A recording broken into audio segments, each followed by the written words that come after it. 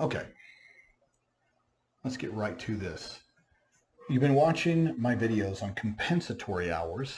Is there a video on what to do when school starts in the fall and school hours are cut due to social distancing?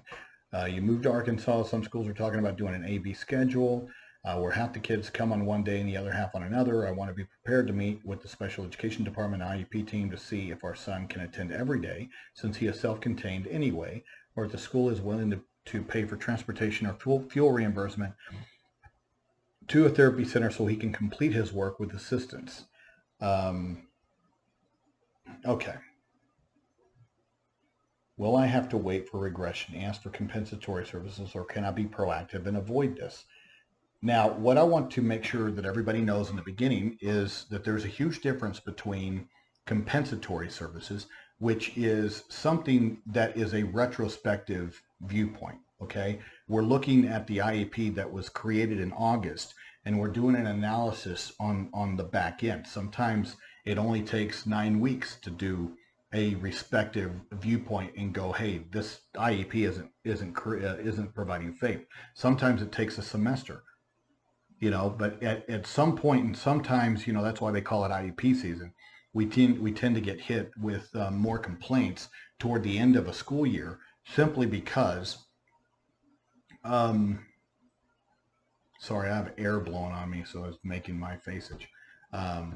Such a bad example in our COVID world that I touching my face. Okay, so that's where on that we tend to get an increase in complaints because that's when parents are going, wait a minute, my child didn't progress. The IEP from this past school year sucked. They told me to just hold on, trust them, trust them, trust them.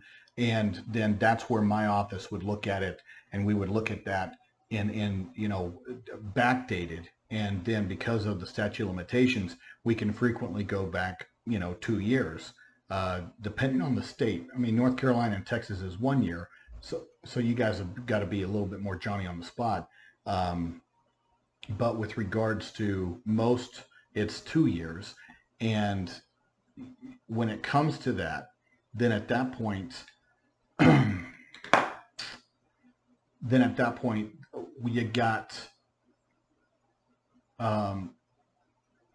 That's when you would sit there and look at compensatory. Well, what was the child supposed to receive? And because of regression, the child is entitled to this corrective action. And that would be compensatory. Now, in your situation, you're looking at the coming school year. So that's prospective. That's a prospective viewpoint. And at that point, it would not be about compensatory. And yes, being proactive is incredibly important because you don't necessarily want your child. Well, you don't want your child to regress, and you want your child to have a great school year. So at that point, you start now and really start having these discussions. And if your child's in a self-contained environment, I don't understand why they can't go 5 days a week. I understand an A-B schedule, but let's say if they're doing an A-B schedule and they're social distancing and they have a self-contained class that has, well, who knows? If they have too many kids, then at that point, yes, they have to do the schedule. Now, at the same time, depending on what the Arkansas or what your individual state health order says and the restrictions there, then schools got to be very careful. I'm all about options, guys. I think that options are smart right now. I do. But at the same time, that does not waive the mandate that the school has a responsibility to provide a child a free and appropriate public education. And if there are options, and if some of those options, now I get that. If they applied it uniformly, let's say it was an absolute A-B schedule and they did that across the entirety of that school district, then at that point there might be an argument that the school is not being discriminatory. But if there's any kind of alterations to that, they cannot discriminate. And the other thing is, besides that discrimination aspect, if the only way that your child can receive a free and appropriate public education is a 5-day-a-week program, with the bells and whistles of services, and the school system doesn't lay that out in a plan, if they're incapable of doing that because they have an A-B schedule, then you are in a very strong position to say that your child was not provided a free and appropriate public education, because there were mechanisms to where they could safely provide your child those services because the school was open. That would be a very strong argument, quite frankly, unless the state health order established something different.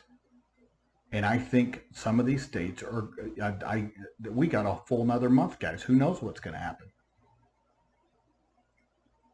All right. Now, with that being said, that's where you would negotiate. And if they're saying, well, and I would say, look, this is what FAPE is for my child. My child requires a full-time program. And if they say, well, we're going to limit it because of social distancing, and if the social distancing aspect is not in the state health order, well, then that means the school's just choosing to do that. Okay, well, they can choose to do that, but at the same time, that doesn't water down or nullify your right to have your child get a free and appropriate public education, because they're doing it more out of administrative convenience to placate whatever, the majority. That's fine. But see, these are individualized, so therefore we've got to protect the minority.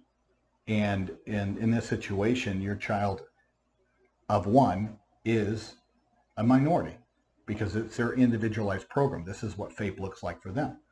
So a school can sit there and placate the masses. That's fine. But that's what I love about this country that some of you seem to hate, and think that it's evil. Guys, this country is so freaking awesome because it protects the minority.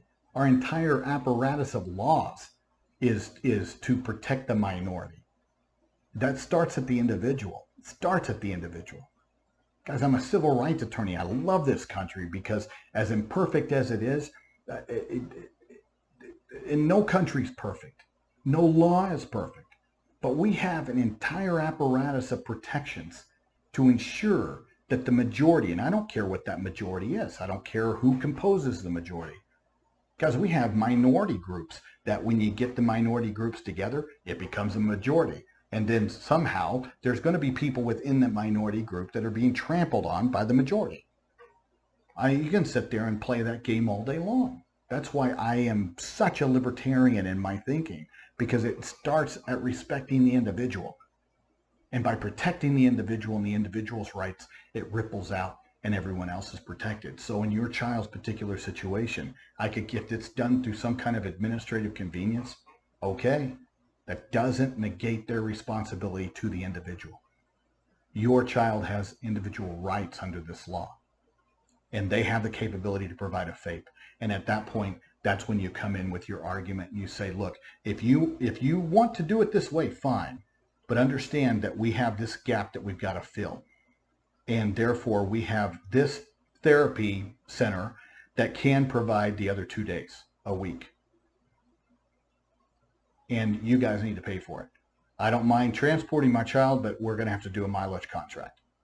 And I think that's absolutely appropriate. That's what we're doing for our daughter, because they're going to be doing these alternating days. She'll go 2 days a week at school, and then she'll go 2 days a week at her therapy clinic, and the school's going to pay for that. It's close enough to where we don't have to ask for mileage, but that's what's going to happen. And therefore, she's going to receive a FAPE. She'll have her school days. She'll have her other 2 days, and FAPE will be satisfied, and my child will make progress under that combination of services. But you always want to attack it from a prospective viewpoint. You want to try to avoid the problems. You need to open your mouth, you need to use your brain, and you need to calm down as a parent and think rationally. Do not allow yourself to get worked up by the mob and by the emotion of what's going on out there. You can't think rationally, and you can't make good decisions for your child if you're doing that. Okay? And you're just constantly chasing this morbid path. Solutions aren't found that way. They're not. So that's a good strategy so it's a good question. So I appreciate you asking it.